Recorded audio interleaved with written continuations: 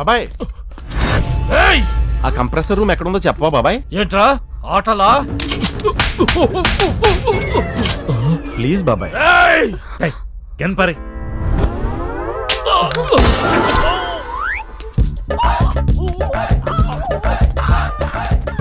విగ్రహాలు ఎక్కడున్నాయో చూపించు. పద. చెప్పు. విగ్రహాలు ఎక్కడున్నాయో తెలిసింది, వచ్చేసేయండి. ఎక్కడికి రావాలరా? ఈడొకడు సరిగ్గా చెప్తావడం.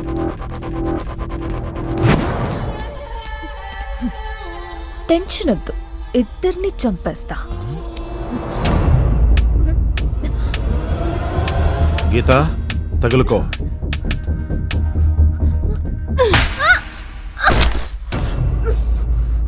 డస్ట్బిన్ ఎంత అందంగా ఉన్నా అందులో చెత్త వేస్తారు. పద.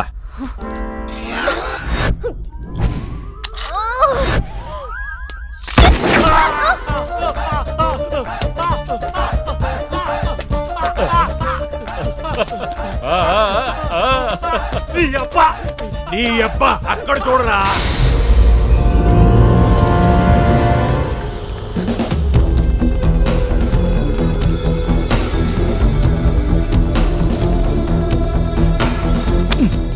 ఎక్కడరా?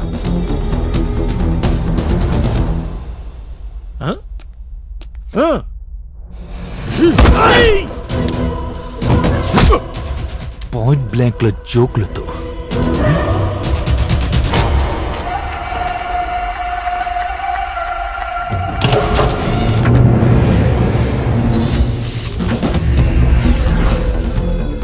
అదే చేత్తో అది కూడా ఓపెన్ చేయి బాబు, ప్లీజ్.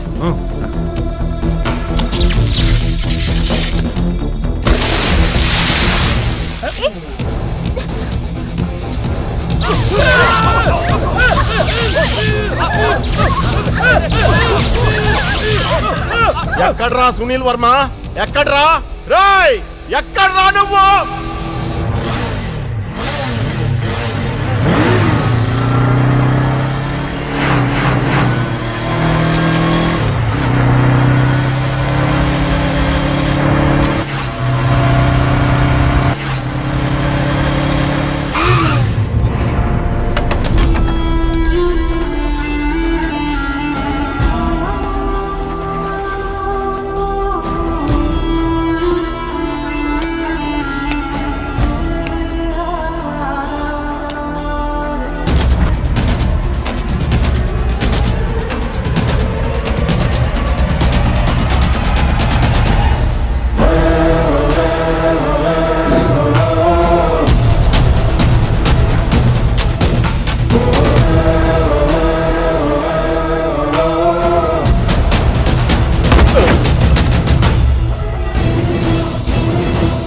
నన్ను చూస్తే నీకెంత ఆశ్చర్యంగా ఉందో నీ కోపం చూస్తే నాకు అంతే ఆశ్చర్యంగా ఉంది బంగారు రాజు.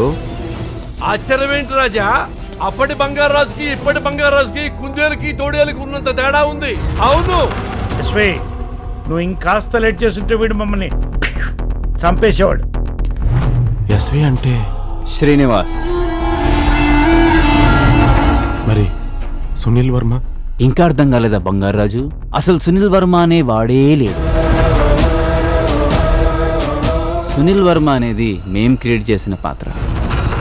ప్లాన్ వేసి పడగొట్టి పడిపోయిన వాడి దగ్గర నిలబడి ప్లాన్ ఎక్స్ప్లెయిన్ చేస్తుంటే ఆ మజాయే వేరు రాజా. చిన్న చిన్న స్కామ్స్ చేసే మాకు పెద్ద స్కామ్ చేసే ఛాన్స్ దొరికింది. మహాదేవ్ దగ్గర ఉన్న ఐడల్స్ విలువ 900 కోట్లు. అమౌంట్ పెద్దది రాజా, అంటే రిస్క్ కూడా పెద్దది, కాబట్టి ప్లాన్ కూడా పెద్దదై ఉండాలి రాజా. కొట్టేయడం కష్టం కదమ్మా, కొట్టేసి పట్టుపడకుండా ఉండటం కష్టం. ఏ క్రైమ్ కైనా ఎంట్రీ ప్లానే కాదు, ఎగ్జిట్ ప్లాన్ కూడా ఉండాలి. మహాదేవ్ ఒక గద్దలాంటోడు. అలాంటి వాడితో పెట్టుకున్న పెద్ద పెద్ద వాళ్లే నిలవలేకపోయారు. ఆ గద్ద చూపు మళ్లించాలంటే దానికి చేప కనిపించేలా చేయాలి. అప్పుడు నువ్వు నాకు కనిపించావు.